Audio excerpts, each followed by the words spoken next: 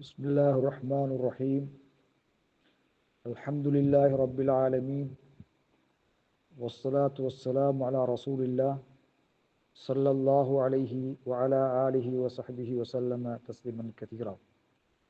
கண்ணியத்துக்குரிய சகோதரர்களே, ஒரு சகோதரர் முன்னே எமது பதிவிலே பேசப்பட்ட விடயம் சம்பந்தமாக கேள்வி விளக்கம் கேட்டிருந்தார். அது சம்பந்தமாக இதிலே சுருக்கமாக நான் குறிப்பிட விரும்புகின்றேன். கேட்கப்பட்ட கேள்வி, முதலாவது தஷஹுத், முதலாவது அத்தஹியாத்திலே உட்கார் விதமும், அதேபோல அத்தஷஹுதுல் அஹீர் கடைசி தஷஹுதுல உட்கார் விதமும், இரண்டு சஜிதாக்களுக்கு மத்தியிலே உட்காருகின்ற விதமும், இவ்வாறு மூன்று கேள்விகளுக்கு தெளிவான ஒரு விடையை அவர் எதிர்பார்க்கின்றார். அந்த வகையிலே கண்ணியத்துக்குரிய சகோதரர்களே, இந்த மேற்கூறப்பட்ட அந்த படத்திலே நாங்கள் மூணு வகையான இருப்பையும் வடிவமைத்து குறிப்பிட்டிருக்கின்றோம். அதில் இறுதியாக கூறப்பட்ட விடயம், மூணாவது விடயம் அத்தவர்ருக், தவர்ருக் இருப்பது. தவர்ருக் ஜில்சத்து தவர்ருக்னு சொல்வார்கள். ஜில்சத்து தவர்ருக்னு சொன்னால் கடைசி அத்தஹியாத்திலே இருக்கின்ற இருப்பு.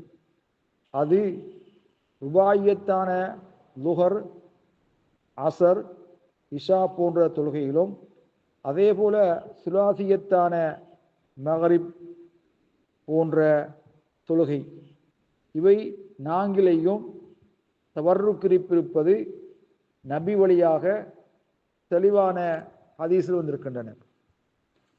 கணியத்துக்குரிய சகோதரர்களே, தவர்ருக் இருப்பு என்றால் கடைசி இருப்பில் இடப்பாதத்தை வலது பக்க துடைக்கும் கணைக்காலுக்கும் இடையே அவற்றுக்கு கீழே நுழைத்து வலப்பக்க பாதத்தை நட்டு வைத்து புட்டம் அதாவது பித்தட்டு தரையிலே படியுமாறு அமர வேண்டும். இது நாங்கள் வழமையாக இருக்கின்ற ஒரு அமர்வைத்தான் இங்கே நாங்கள் சொல்கின்றோம். கண்ணியத்துக்குரிய சகோதரர்களே, இது இரண்டு தஷஹதுல் உள்ள கடைசி தஷஹுதுல இருக்கின்ற இருப்பிலே தான் இந்த இருப்பு இருக்க வேண்டும். இது முதலாவது.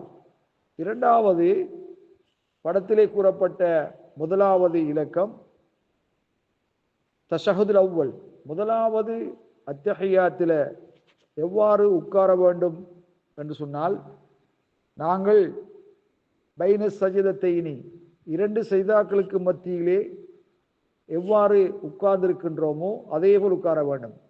வலது காலை நாட்டி, வலது காலின் விரல்கள் கிப்லாவை முன்னோக்கியதாக இருப்பதோடு இடது காலின் அந்த பாதத்திலே உட்கார்ந்து இருக்கின்ற இருப்புக்குத்தான் முதலாவது தஷஹுதில் இருக்கின்ற இருப்பாக கூறப்படுகிறது. கணியத்துக்குரிய சகோதரர்களே, இந்த இரண்டு வகையான இருப்பை பற்றி நாங்கள் பார்த்திருக்கின்றோம்.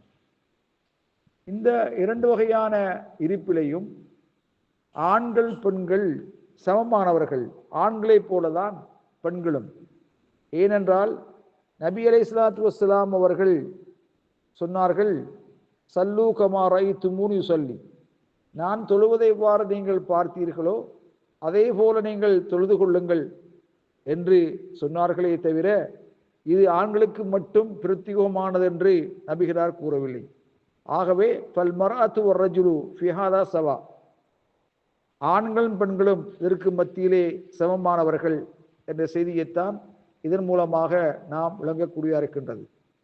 இன்னொரு வகையான இருப்பு ஒன்று இருக்கிறது, அல் இக்ஆ. இக்ஆன்னு சொன்னால், நாங்கள் பைன சஜிதத்தைனி, இரண்டு சஜிதாக்களுக்கு மத்தியிலே இரண்டு காலையும் நாட்டி அந்த இரண்டு காலுடைய விரல்களும் கிப்லாவை முன்னோக்கியதாக குதிகாலின் மீது உட்காருவது இது மார்க்கத்திலே அனுமதிக்கப்பட்டிருக்கிறது. இது மறைந்து போன ஒரு சுன்னா என்று கூறப்படுகிறது. இப்னு அப்பாஸ் ரலியல்லாஹு தஆலா சொன்னார்கள், இய சுன்னத்து நபிக்கு அலைஹிஸ்ஸலாத்து வஸ்ஸலாம், இது நபிகளாருடைய வழிமுறை என்று சொன்னார்கள்.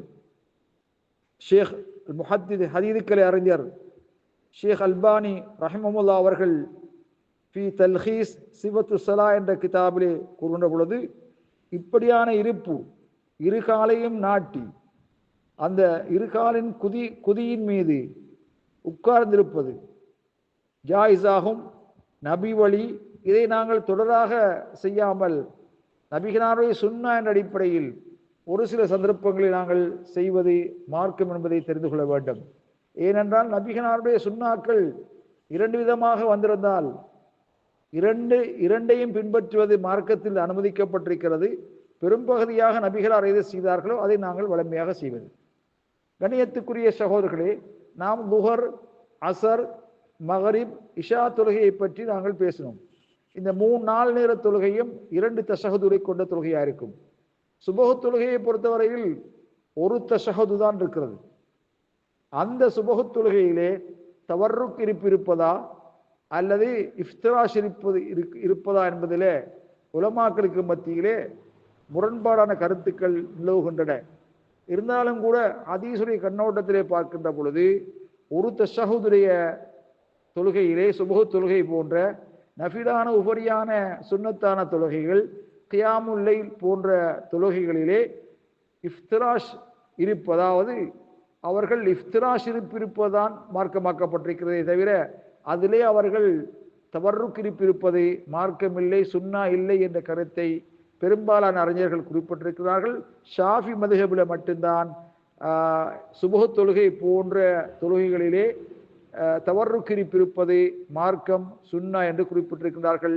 வல்லாஹு அலம் பிஸ்ஸவாப்.